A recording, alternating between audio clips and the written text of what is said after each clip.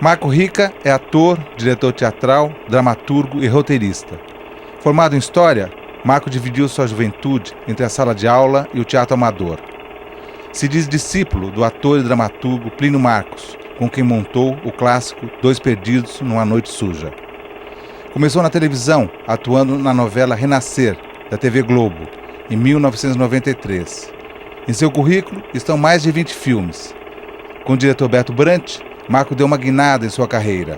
O filme Invasor lhe rendeu uma indicação ao Grande Prêmio de Crítica do Cinema Brasil e críticas positivas ao seu trabalho. Marco Rica é o nosso entrevistado de hoje, aqui no nosso Sala de Cinema. Marco Rica, obrigado pela sua presença aqui no nosso Sala de Cinema. É um prazer. Prazer meu. Marco, a primeira vez que eu vi você foi fazendo Dois Perdidos numa Noite Suja, do Plínio Marcos, dirigido pelo Emílio de Biasi. Como que você vai parar no teatro? Aliás, que é uma linda peça, né? Vale lembrar isso. Para mim foi um momento muito importante, assim. Eu adoro, primeiro que eu sou muito... Eu comecei... A minha vida teatral começou muito desde o colégio, assim, fazendo coisas, brincadeiras, começando com música. A gente tinha banda de música. Dessa banda de música a gente começou a escrever coisas para as músicas, aí encenava um pouco e aquilo foi se transformando em texto teatral, que na verdade eu escrevia. Mas você tocava alguma coisa? Eu tocava violão e compunha essas coisas e tal, e depois eu fui escrevendo os textos. Na verdade eu entrei no teatro como escritor, escrevendo e dirigindo, sem ser... E aí acabei virando ator de uma própria peça minha, que um cara teve que ir embora. O cara faltou e você substituiu. Não, antes de estrear. E aí acabou indo para esse circuito de festivais, que tem muito de festivais amador e festival universitário, e acabou que eu fui, sem querer, ganhando prêmio de ator. E as pessoas falaram, pô, e aí foi ficando... Aí eu fui me acomodando um pouco ali na coisa de ator também, comecei a atuar e comecei a gostar disso. Mas você acaba despontando, de fato, como ator. Foi uma contingência, porque faltou um outro ator e você o substitui. Você se sentiu tranquilo logo de imediato nesse papel, vamos dizer, no papel de ator? Olha, lá dentro da companhia, assim, quando acabou essa história de grupo, eu me senti um pouco perdido, eu confesso a você. Até hoje ainda me sinto um pouco perdido. A sensação que eu tenho é que às vezes eu vou voltar para escrever de novo, parece que tá voltando isso em mim, assim. Eu voltei a escrever agora com cinema e tô de novo tentando aí, tateando, talvez voltar a escrever teatro, mas eu tenho um certo desconforto de ser ator. Eu gosto do momento, mas eu me sentiria melhor se eu pudesse dizer para você aqui na sua frente, eu sou um grande escritor de teatro. E o cinema que hoje se transformou numa indústria, uma produção grande, para você, como que você vai caminhar o cinema? Bom, o cinema foi... Tudo na minha vida começou por causa do teatro. As pessoas iam me ver lá no Bexiga e começaram a me chamar para cinema, para televisão e tal. O cinema eu fui rapidamente para ele. Só que a época que eu comecei a ser muito chamado foi a época exatamente do Collor, quando a gente parou o cinema. Então, tínhamos só curtas-metragens. E eu fiz muitos. Eu fiz desde de gente que veio da publicidade, como os alunos da FAAP, alunos da ECA, ou cineastas que passaram a fazer curta. Então eu fiz muito curta-metragem, que era o que tinha. Não tinha nenhum longa. O primeiro longa que eu fiz, que já é considerado um dos primeiros, da retomada lá, foi o filme do Walter Rogério, que foi Os Olhos de Vampa. Os Olhos de Vampa. Foi o primeiro contato que eu tive com longa-metragem, que eu achei que aquilo fosse um longa-metragem, assim. Era uma loucura, que era filmado com muito menor recurso do que os curtas que eu filmei de alguns publicitários, assim, que tinham recursos e tal, né?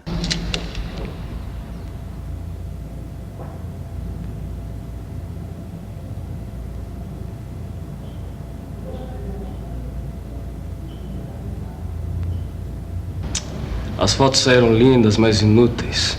Tanto pra perícia quanto pra nós. Não dá nem pra ver a mordida. Ele só pode estar brincando. Criou uma cena submersa só pra despistar a gente. Mas nesses Olhos de Vampa do Walter Rogério, você faz lá um fotógrafo da polícia. E é uma coisa bem imbricada com São Paulo. Passa-se ali na Teodoro Sampaio, aquele comércio e a sucessão de crimes. Como que você compõe esse personagem? Tem lá Engraçado, porque tinha uma premissa ali, que esse fotógrafo, ele teria uma obsessão tão grande, estou tentando me recordar, claro, né? pelo Vampa, ele começava a ir tão fundo nessa pesquisa atrás do porquê que ele fazia aquelas mordidas naquelas mulheres, aquela coisa da cabeça do Valtinho, né, que é a instrução espetacular, assim, e que ele ia meio que se transformando no cara, aos poucos. Então ele pela obsessão de conhecer, de saber quem é, por que ele fazia cometia aquele crime. Quer dizer, um fotógrafo de perícia que vai se envolvendo cada vez mais com o lado, tentando ver a ótica do criminoso. E então tinha essa obsessão, assim. Agora não sei se eu consigo compor bem ou não, eu sei que tinha isso. Ao mesmo tempo, era uma das primeiras experiências minhas do cinema e eu, de alguma forma, não sei porquê, eu me posicionei muito econômico no cinema. Um ator muito econômico. O que seria esse um ator econômico? Poucos gestos? Por alguma razão, eu não sei porquê, eu me transformei num cara que... e eu não sei se foi defesa, a defesa por não saber fazer, e me defender acabou que virou uma coisa que acaba que funciona no cinema, isso. O disse ter fotografado. Revelaram as minhas fotos? Revelaram, mas não dava pra ler nada. Ninguém acreditou nessa história de diário. Não viram nada a não ser rabisco sem sentido. Eu vou querer ver essas fotos. Mas, por exemplo, quando você vai fazer Os Olhos de Vampa, para compor o personagem, qual que é a diferença em relação ao teatro? Você vinha do teatro, tinha uma... Olha, o teatro é isso, né? Você não tem close, você tem aquela chance naquele dia, você não pode refazer, você não pode voltar, e você tem que expressar aquilo. E você expressa ele. O cinema, se você quiser, se você tiver um bom diretor, um bom parceiro do seu lado, você pode fazer um personagem com os olhos, né? Isso que é fascinante no cinema. E no teatro, se você fizer um personagem com os olhos, pode ser uma experiência bastante interessante, mas se você fizer no cultura artística, vai ficar só você talvez, e seus olhos, né? E você vai ficar você com você mesmo. Então, teatro é isso, você pode ir para o Palácio das Artes, que tem 2.000 lugares, como a gente vai lá fazer, como você faz num teatro de 100, ou de 50, de 30, ou de 5 pessoas. Mas você tem que saber dimensionar isso. O cinema não, você tem que dimensionar o seu personagem. Quem tem que dimensionar a estrutura estética e representativa do filme é o diretor. Você tem que dar conta daquele personagem. Às vezes um pouco mais histriônico, às vezes você pode, o tipo de interpretação possa exigir ou pedir que você vá para uma caricatura, para uma composição, ou às vezes para um naturalismo excessivo, ou para um realismo, enfim. Eu definitivamente não sou um policial. Você já sabe que eles vão te despedir? Eu desconfiava. O Dr. Arthur quer falar comigo, mas não tem importância. Eu não vou mais fotografar. Depois você faz o Guarani. Fiz o Guarani. Não foi na sequência, talvez? Próximo dali.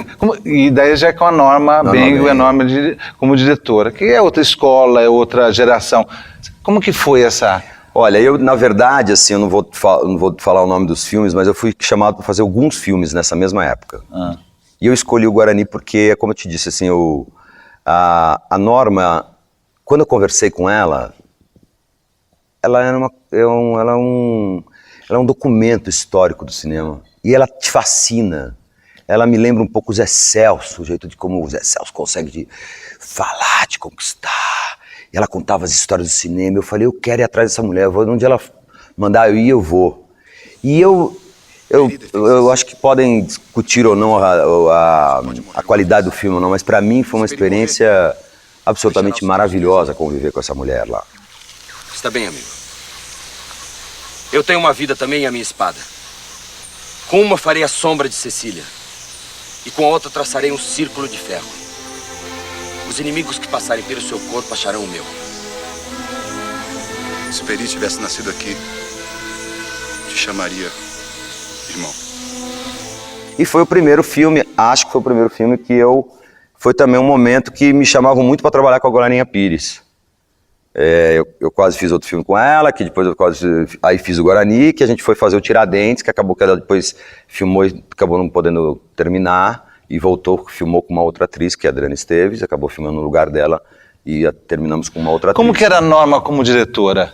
Como que é o diálogo? Então, a Norma era isso, ela provocava, porque eu lembro, histórias assim, ela provocava, porque tem diretores que vão lá e te falam o que querem.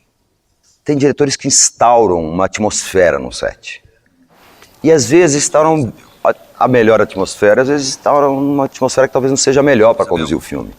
Mas ela é dessas diretoras que põe o coração dentro de um filme. Aceite.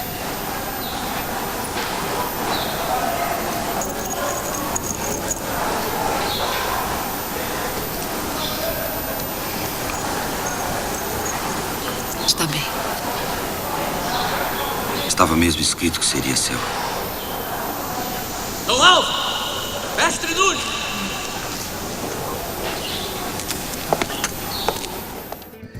Foi a primeira vez que eu li um roteiro, eu falei, inacreditável, um roteiro...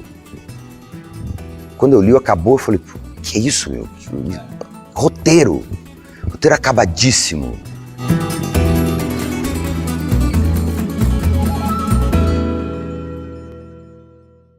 No filme O Que É Isso, Companheiro, do Bruno Barreto, filmagem do livro do Fernando Gabeira, você faz lá um policial. Um torturador, policial que depois se revela um torturador. E esse filme causa uma polêmica porque você dá, vamos dizer, há ares, vamos dizer, de uma boa pessoa que está fazendo um mau papel. Um envolvimento, inclusive o diálogo dele com a mulher dele nesse sentido. Essa era a sua intenção? Você queria deixar uma dubiedade desse personagem? Ou essa é uma leitura do público? Não, eu vou lhe dizer, foi a primeira vez que eu cheguei para fazer um personagem e um diretor tinha uma leitura muito clara dele. Ele tinha uma leitura, o Bruno tinha uma leitura muito clara desse personagem e tinha muito claro o que iam falar depois do filme pronto. É impressionante como ele já tinha certo que iam, porque ele falava assim, vão me criticar porque eu estou humanizando o torturador. Vão me criticar, eu nunca me esqueço disso. Aquela cena do quarto era uma cena que era muito difícil, porque era um texto que tinha uma retórica complicada, e a gente foi ali, era com a Alessandra Negrini, que é uma grande atriz e tal, mas eu tinha uma retórica para explicar aquilo tudo, para justificar, talvez, o ato do coisa que eu acho que é aí o que mais incomodou alguns a crítica de maneira geral, do filme e tal, foi isso. Mas é uma leitura muito clara do Bruno. O Bruno é um diretor que fala, é isso, vamos pra cá, vai acontecer isso, e muito perseguidor das suas próprias ideias ali. Então ele tinha muito claro isso. Ou você tortura e logo, ou não avança nas investigações. Essa é a lógica da guerrilha. Se você não tortura, eles vencem. Se você tortura, eles vencem também. Acabo te denunciando como um exemplo de barbárie. É uma grande hipocrisia, mas que funciona. E como funciona?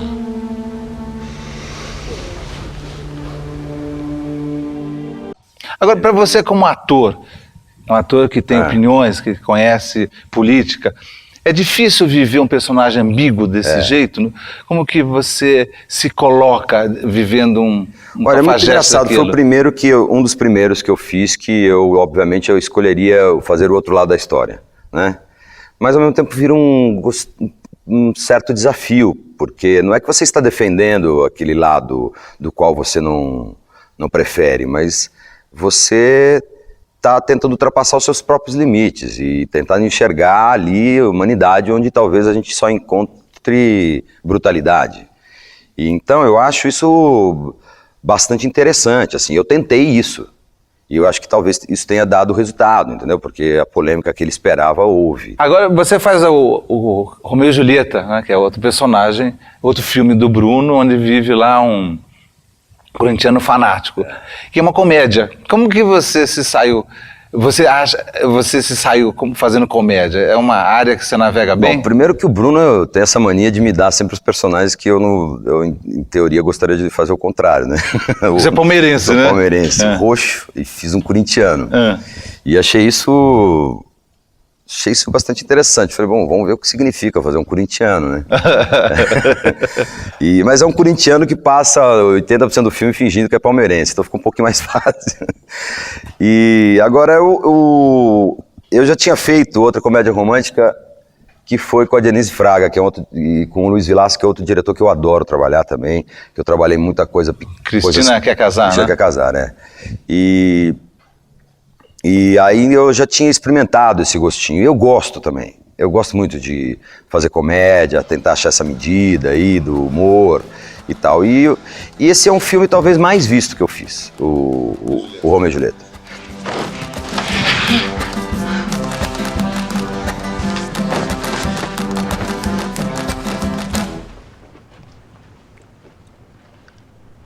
Ih, meu Deus. O que foi? Sua coxa. O que tem minha coxa? Não, a sua coxa. Vem, Romeu.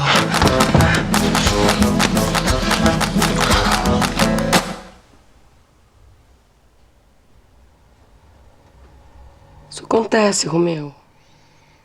O Tatá, o Luiz Gustavo, para contracenar, que é outra referência. Luiz Gustavo, eu vinha de outro trabalho com ele na televisão e sou muito fã do Luiz Gustavo, sou muito amigo dele, amigo mesmo, assim, e tô com muita saudade, inclusive, do Luiz Gustavo, faz um tempinho que eu não consigo ver. E ele é primeiro, além de ser um gênio, que também eu acho que impôs aí para uma forma, um jeito, um padrão de interpretação, ele é uma felicidade. Contracenar com ele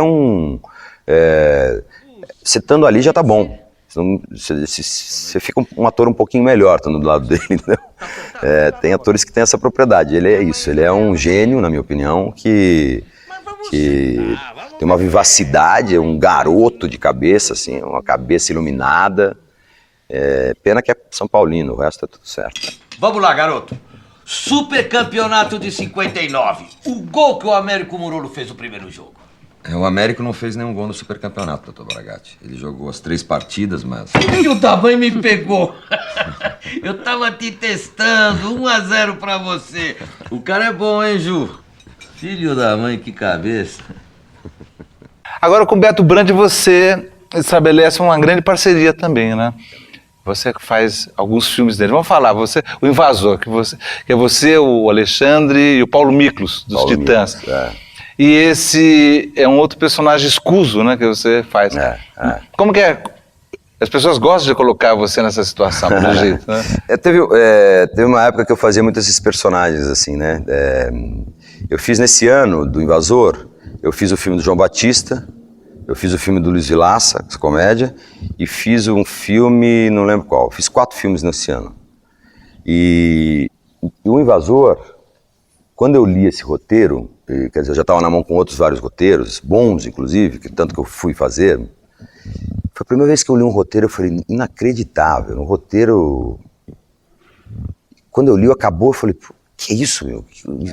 Roteiro acabadíssimo. Assim, que poderia pegar e jogar para o mundo. Um roteiro que não estava ainda em construção, porque os roteiros...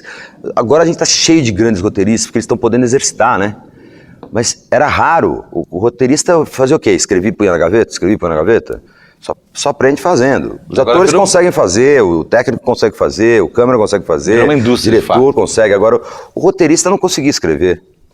Então... De repente chega um roteiro do Marçal, do Beto e do Renato, que era uma preciosidade. Eu falei, meu, se a gente não atrapalhar aqui, isso aqui é uma percepção, é uma forma de ver de olhar para o mundo nesse momento raríssimo. Vem cá, por que você nunca me acompanha nas minhas coisas, hein? Eu sei que é importante pra você, é importante pro seu trabalho, mas eu não tô afim, tá bom? Ó, azar o seu. Vai ser bem legal e você vai perder o maior festão. Tô muito preocupado com o Estevão e a Silvana. Não tô com cabeça pra isso. Pronto. O Beto como eu te disse, ele te dá uma possibilidade de liberdade de criação, de você criar junto com ele. Ele ouve até se pipoqueiro deu uma opinião, ele ouve. Se é boa, ele põe dentro do filme. Ele tem um poder de sintetizar o que ele tem na mão. O que ele tiver na mão, ele sintetiza aquilo muito bem. Então, e ele tem uma leitura, ele ouve. Chega uma hora que ele vai vum! Ele vai pro buraco dele, ele faz o filme dele. E aí é a cabeça dele, e ele é autoral mesmo, e aí a gente tem que ir junto. Então é um diretor que exige que a gente vá junto, é uma viagem que não tem volta.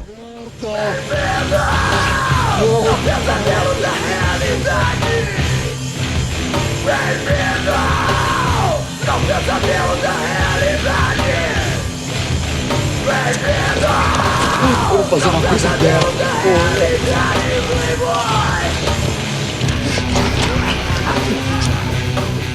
Então eu acho que o Invasor, não só para mim, mas eu acho que pro Alexandre, pro Paulo, então é...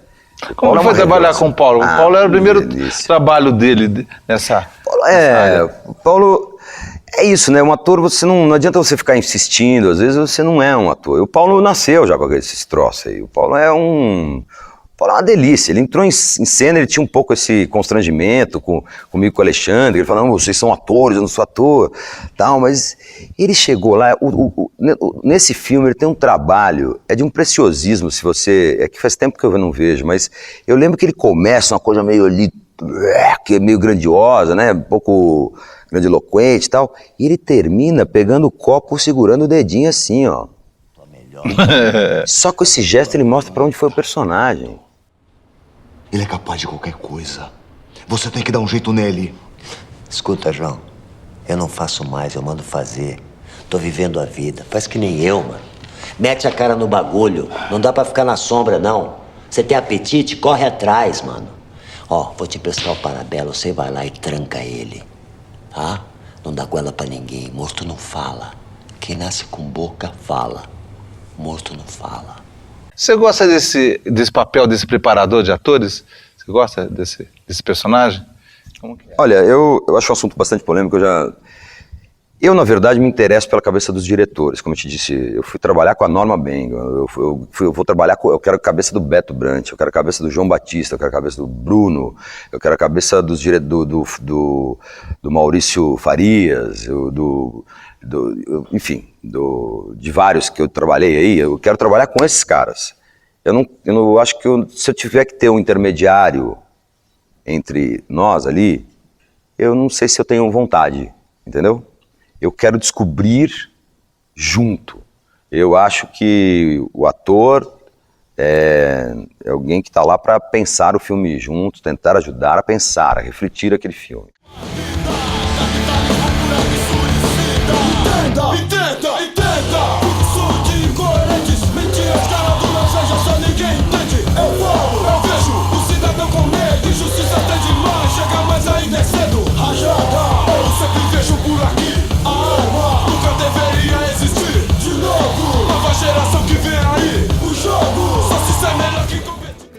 E eu comprei os direitos desse livro e chamei o Beto. Falei, Betão, acho que só você pode fazer isso aqui. Só você vai ter a loucura de querer comprar essa briga.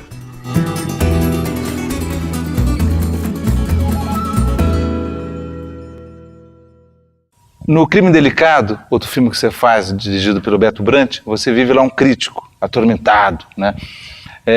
Ali na composição tem personagens e outros personagens reais na composição, que você vai fazer aquela situação dramática? Não, ele na verdade é sempre real, né?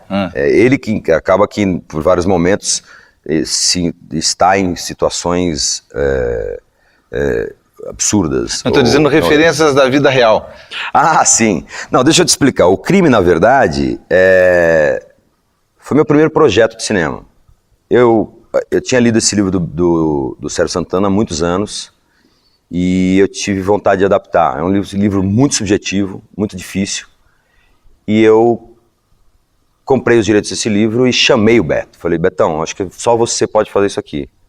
Só você vai ter a loucura de querer comprar essa briga.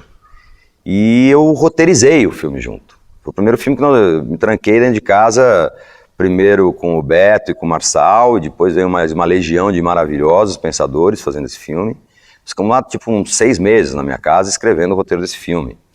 Então, quer dizer, esse filme foi efetivamente o meu primeiro projeto de cinema, que eu, pensado por mim, assim, também, entendeu? Só que eu meti na mão de um diretor com muita opinião. Não fizemos um pacto eterno.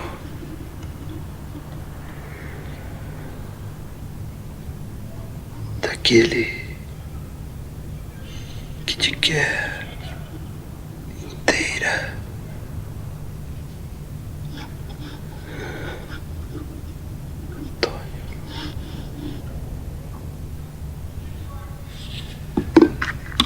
É um filme que envolve diversas fontes artísticas, vem de uma obra literária, que fala sobre teatro, que é feita em cinema e que fala sobre a pintura. Então, quer dizer, é um pouco tudo que eu tentei absorver durante a minha vida. E no epicentro disso, um ser humano que não sabe ter uma impostura de vida, não sabe viver muito bem, né? Um ser humano normal. Quer dizer, ele vive na terceira pessoa, né? Então, é um filme que eu tenho, sei lá, talvez seja o filme que eu mais me pus, né? Porque é o filme que eu realmente criei junto ali, né? Inês está sendo enganado, isso não tem nada de arte, é só perversão. Ele é um fetichista, você é uma atriz pornô dele.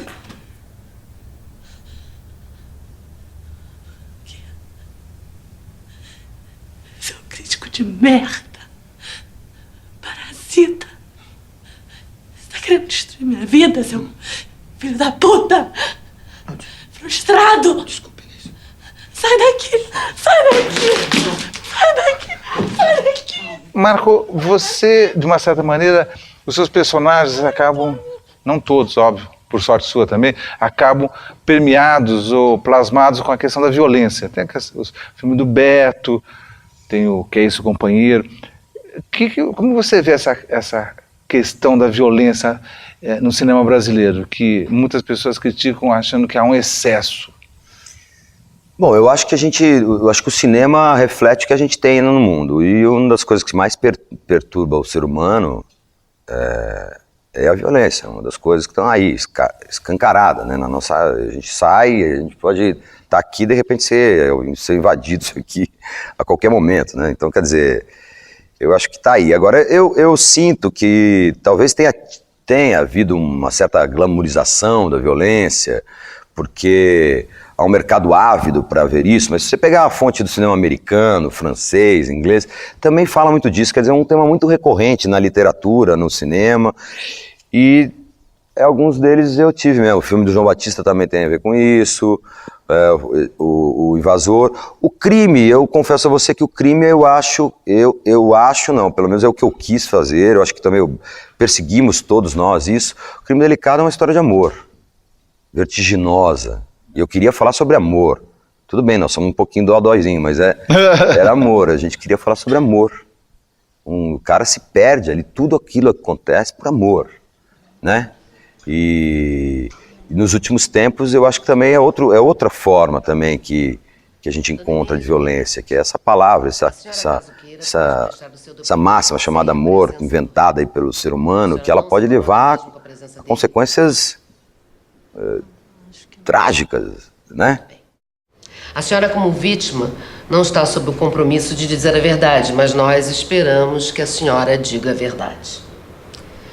O processo apura a acusação de que a senhora foi estuprada pelo réu Antônio Martins, aqui presente. A senhora o reconhece?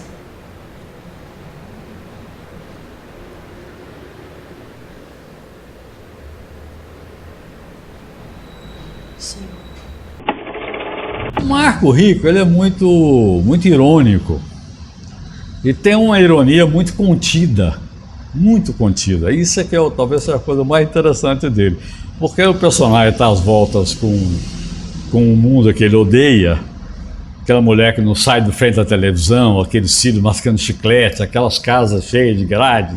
Vai chegar na casa dele, uma casa pobre, não tem nada, e tem o portão tem 3 cadeados. Então ele tem uma irritação com esse mundo e tal. E a ironia dele é fina, né? Então eu acho que ele jogou essa carga de ironia no personagem, o que é muito bom, porque a realidade, o mundo, a história que ele vai vivendo vai destruindo aquela capacidade dele de ser irônico, até o desfecho, até o personagem não ter mais saída. Marco, você faz com o João Batista de Andrade a Rua 6 Sem Número. E o João é um diretor, um grande diretor, mas ele sempre navega nessa área do político. Como que foi esse filme, compor esse personagem e dentro dessa história, que é uma história complexa? É, bastante complexa. O João é isso que eu te falei, que é a vontade de entrar dentro da cabeça das pessoas, né? O João é um homem muito inteligente, um pensador, ele tem esse lado político dele mesmo, e querendo ou não, no filme, mesmo se tratando de coisas ali, cenas insólitas, que poderiam estar beirando o não realismo, mas mesmo assim ele está sempre querendo dizer alguma coisa. Agora, a gente filmou esse filme na periferia de Brasília. Foi um ano que eu fiz 3 ou 4 filmes, 3 protagonistas.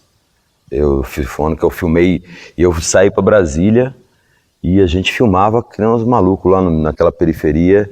E eu confesso a você que é o filme que talvez tenha sido pouco visto, que acho que saiu com uma cópia ou 2 e tal. Eu acho que é o trabalho que eu mais gosto que eu fiz como ator. O que mais você gosta? E por quê? Porque eu acho que eu tô inteiro ali. E eu acho que eu entendi que um protagonista de cinema, como eu tô 90% do filme, eu fiz vários assim, que eu tava 90%, 80% do filme, eu aprendi que eu aprendi porque o João me falou isso. Ele falou, você é um ator que consegue deixar a história passar por você. Você não quer cravar cada cena. A história passa por você. Diz uma coisa. Se alguém te entregasse um pacote de dinheiro e pedisse pra você entregar pra outra pessoa, você, porra, duro, desempregado, sem dinheiro, você entregaria? É muito dinheiro, é? É um bom dinheiro. Você filma com o Cacá Diegues também, que é uma outra lenda do cinema brasileiro. Que maravilha. E você faz lá o maior amor do mundo. E como que é trabalhar com o Cacá num filme como esse, que é um dos filmes assim maravilhosos do Cacá? Tão lindo. Eu vou te dizer uma coisa, eu queria muito trabalhar com o Cacá mais. Foi um encontro tão gostoso, eu estava trabalhando muito, eu estava inclusive fazendo vários trabalhos ao mesmo tempo, estava em cartaz em São Paulo, não sei o que lá, e houve um esforço para eu fazer esse filme, assim, eu não filmei muito, né, mas eu tinha no cinema uma quantidade de dias, e ele também acho que fez esse esforço para que eu pudesse fazer o filme ali, e eu tenho muita vontade, porque o set do Cacá, eu não sei se sempre foi assim ou não, eu só fiz esse filme com ele, é de uma tranquilidade, também um diretor com uma segurança absoluta do que quer, e você propõe, ele compra até uma parte, até onde vai, onde é possível, então um cara também muito aberto, e para mim o Cacá, trabalhar com o Cacá, eu que sou um cara que viu Bye Bye Brasil e Chuvas de Verão, quando eu recebi esse telefonema, você fala, pô, qualquer coisa, porque são 2 filmes que marcaram a minha vida mesmo, de verdade. Eu tenho verdadeira adoração pelo Cacá, assim, eu acho um gênio. Ele nunca vai saber quem são os pais dele de verdade, Carolina. Prometo.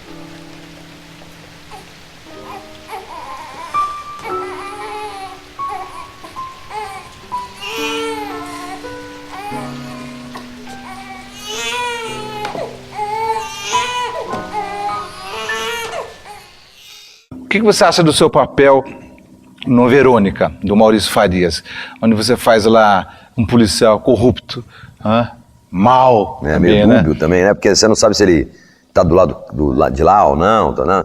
Como que é essa composição? Olha, esse filme também foi... Eu trabalhei muito com o Maurício na televisão. O Maurício é um diretor que eu admiro muito. Eu tinha já feito uma pequena...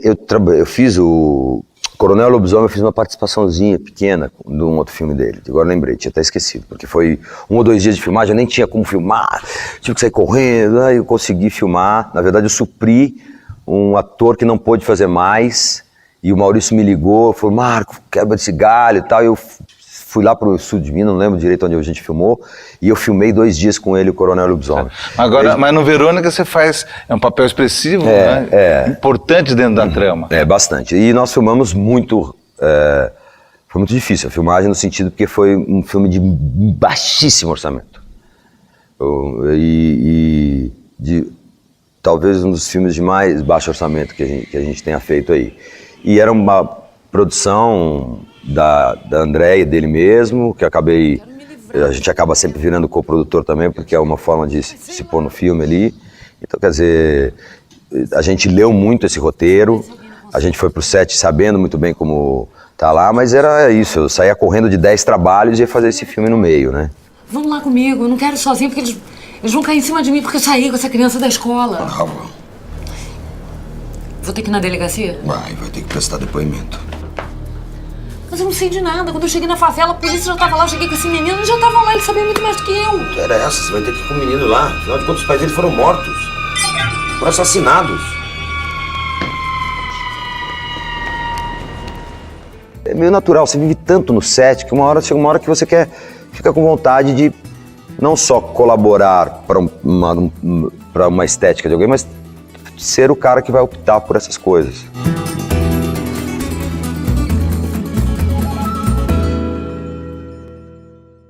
Essa multidão de papéis que você desempenha é tranquilo para você? Por exemplo, produtor às vezes, roteirista quando diretor, ator. Você não se sente tranquilo? Olha, eu na verdade adoraria, como agora eu estou tentando fazer na minha vida. Estou tentando fazer uma coisa por vez. Isso eu não conseguia.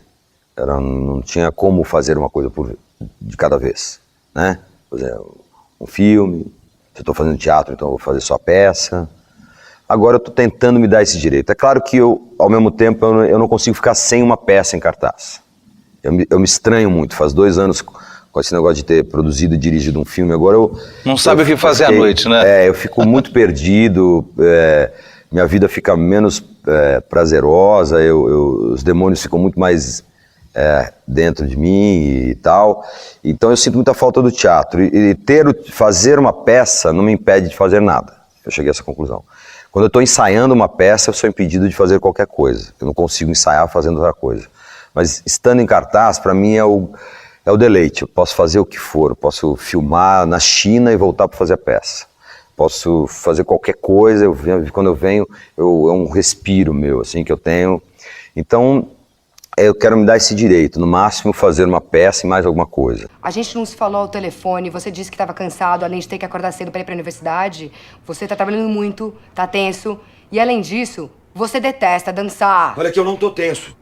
Eu não tô tenso, eu tô concentrado, tá certo? Tá, eu tô acabando meu livro, tenho que dar aula todo dia de manhã. Mas isso não significa que eu não posso sair com você num lugar chato que eu não gosto. Que você não gosta, exatamente. Mas justamente por isso que eu não... Olha, Heitor, assim não dá. No filme da Lina Chami, Via Láctea, você faz lá o protagonista, junto com a Alice Braga, e você também tem um papel de coprodutor. Como que é essa qualidade? O coprodutor aí começou em vários filmes. Por exemplo, Invasor eu sou também, no jogo do João Batista eu sou também. Eu sou coprodutor de vários filmes. Então como é essa dualidade? Quando eu sou produtor, por exemplo, o Crime Delicado eu sou produtor. É um projeto meu que eu fui lá produzir junto. O Cabeça Prêmio eu sou produtor, junto com o Paulo Schmidt da Academia de Filmes. Produzimos esse filme juntos. Eu produtor mesmo, eu fui muito produtor. Agora, essa coprodução é mais ou menos como... é como se a gente entrasse com o dinheiro que não estamos podendo nos dar. Perfeito. Só que isso é também uma escolha estética. Entendeu? Não sei se você entende isso. Ou seja, só vai no eu que vou você te colaborar agrada. com o que eu concordo. Com... Então gosta do roteiro, gosta da filosofia do diretor. Então, no caso da Lina Chamy, que é essa cineasta que você citou, que agora você mexeu comigo, porque talvez a maior parceria que eu encontrei no cinema nacional é a Lina Chamy. Por quê? Por quê? Porque eu acho ela um ser iluminado. Provavelmente a gente vai fazer um outro filme logo aí.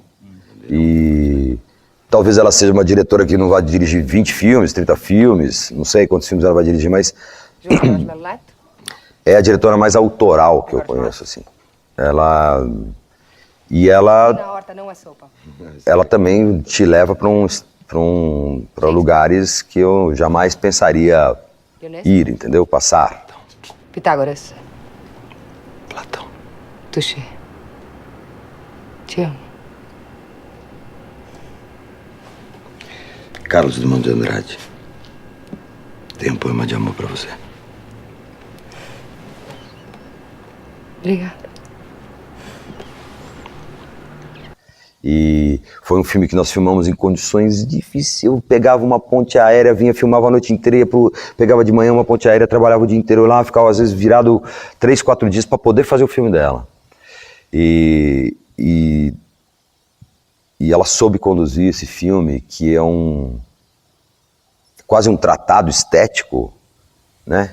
É uma declaração estética, digamos assim, é São Paulo, né?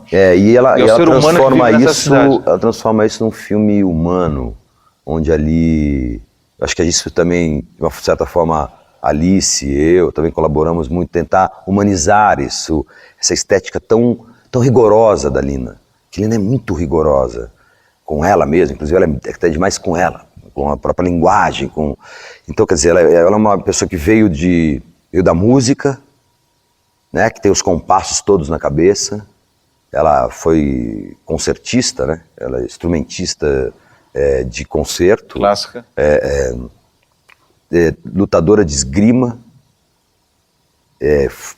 federada, luta até hoje, então quer dizer, certeira, absolutamente certeira, com uma cabeça impressionante, filha de um poeta maior, um dos grandes que nós temos aqui, que herdou esse domínio verbal. E uma mãe ligada à história da dança ligada, exatamente. Então, quer dizer, para mim foi um dos grandes encontros da minha vida, assim.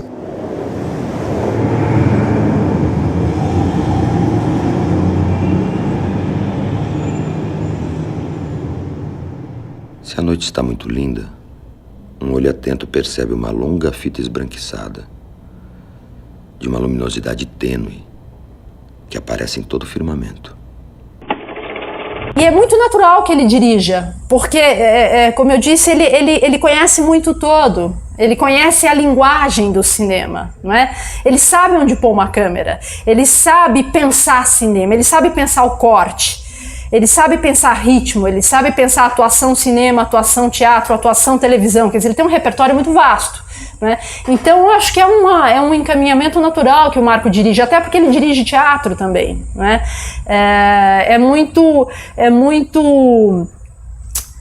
Não é nenhuma surpresa, é um desdobramento natural. Marco, você dirige o Cabeça a Prêmio, que é o seu primeiro filme como diretor. E o Cabeça a Prêmio é um livro do Marçal Aquino, com quem você já tinha trabalhado anteriormente. A direção de cinema, né, como tem muito a ver com direção de teatro? Como que é essa navegação sua? Olha, quando eu dirigi algumas peças de teatro, porque chega uma hora que você vira um ator insuportável. Você se mete demais, você vira muito crítico. E aí, então, a melhor fórmula é ou você parar de ser ator, ou você dá uma dirigidinha, põe todas as suas ideias no lado e volta, eu acho que inclusive um pouco mais zerado para ser ator, para assim, se doar um pouco mais a um pensamento de um diretor. E eu acho que entre o colaborar, o ator que colabora, que eu sou assim, eu nem consigo trabalhar de outra forma, passar a ser um ator que enche o saco é bem rápido, entendeu? Então eu acho que no meio disso vale a pena dar uma dirigidinha, para você voltar um pouco mais vai lá, gasta a sua cabeça e vem um pouco mais aberto, entendeu? Então quer dizer, o Cabeça Prêmio é uma espécie de respiro para você? Primeiro que eu acho que é isso um pouco que a Lina falou, eu acho que é uma extensão natural. Você pega, é tão natural, né, hoje, você pega no Brasil, olha a quantidade de atores que viraram diretor, que continuam sendo atores, mas que dirigem cinema, então, muitos e bons, né? E fora, então, também, quer dizer, é meio natural, você vive tanto no set que chega uma hora que você fica com vontade de não só colaborar para uma estética de alguém, mas ser o cara que vai optar por essas coisas, que vai determinar essa estética, determinar a história, determinar os personagens. A voz que o povo pede. Carlito Seixas falando ao seu coração. Mas hoje vamos falar de amor. O amor é a coisa mais linda do mundo. Muitas vezes o cavalo passa encilhado e você não monta. E ele não volta mais. Por favor, monte no seu cavalo. E o que te atrai no livro do Marçal que te levou a filmar? Por que você escolhe justo um livro do Marçal? Olha, na verdade... O que a história tem ali que te agrada tanto? Na verdade, quando o Marçal escreveu esse livro, há muito tempo atrás, eu nunca pensei em dirigir esse filme. Não seria nem a minha escolha como diretor, porque é um filme muito grande. Eu pensei muito lá atrás em fazer o Brito, que é um personagem que eu adoro, que quem faz na minha montagem, eu falo, montagem a gente fala em teatro, né? No meu filme é o Eduardo Moscovis. E esse personagem eu achava maravilhoso, que na verdade no livro é o que, de uma certa forma, a história é um pouco narrada a partir desse personagem, ou muito por esse personagem.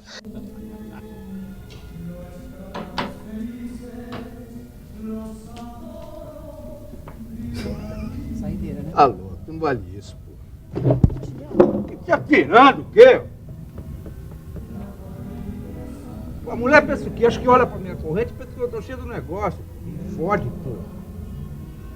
Tudo bala de merda. Mas como diretor, em certos momentos você tem coisas como, por exemplo, você deixa lá a câmera no mesmo plano 3, 4 minutos acontecendo a coisa. Qual que era a ideia como diretor? O que você... Olha, o Cabeça... Você estava brigando com essa coisa do cinema vapt-vupt, essa coisa de milhares de takes em minutos, em segundos? Eu não... Eu venho de teatro, né? Então, quer dizer, o teatro a gente tem... O plano aberto é sempre o que está oferecido ao público, né? O plano geral. E o grande interesse era fazer um filme de personagens e atores. E aí foi isso. Acho que os personagens e os atores foram determinando os planos. E eu, obviamente, tinha uma vontade de fazer um filme onde desse o tempo que os personagens existissem ali. Eu não consigo, não sei se eu fizer um outro filme um dia, mas eu não vejo a vida em detalhe. Eu não gosto de dar detalhe. Inclusive eu filmei sem dar os detalhes. Eu fui muito...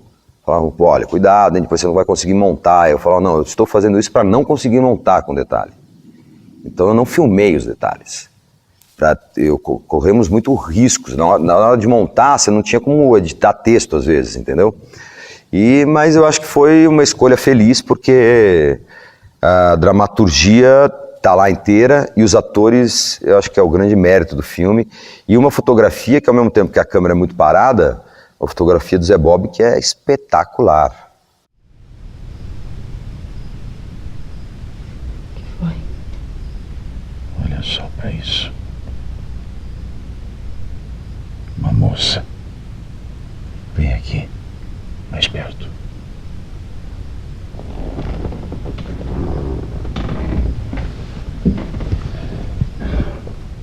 Em qual papel você se sente melhor desses múltiplos papéis que você interpreta? Produtor, roteirista, ator, agora diretor de cinema? Não, eu acho que é duro dizer isso, porque no começo eu disse outra coisa, mas eu acho que eu sou essencialmente um ator bisbilhoteiro, entendeu? Mas enquanto eu conseguir continuar mentindo bem, eu acho que eu vou conseguir exercer todos esses outros ofícios que circulam circundam esse grande ofício que é o ator aí, né? Eu consigo dirigir porque eu sou um ator, eu acho que eu consigo mentir bem dirigindo. Eu consigo produzir porque eu consigo mentir muito bem. Quando eu digo mentir, é vestir bem o personagem, não é mentir, sacanear, não é isso, mas é esse jogo do palhaço. Eu acho que eu tenho um pouco esse fascínio de brincar, de ser outra pessoa, e eu acho que eu faço isso. É o ator que me levou a ser tudo isso, entendeu? Não é, eu tenho uma visão de mundo de ator, na verdade, hoje. Eu não consigo mais.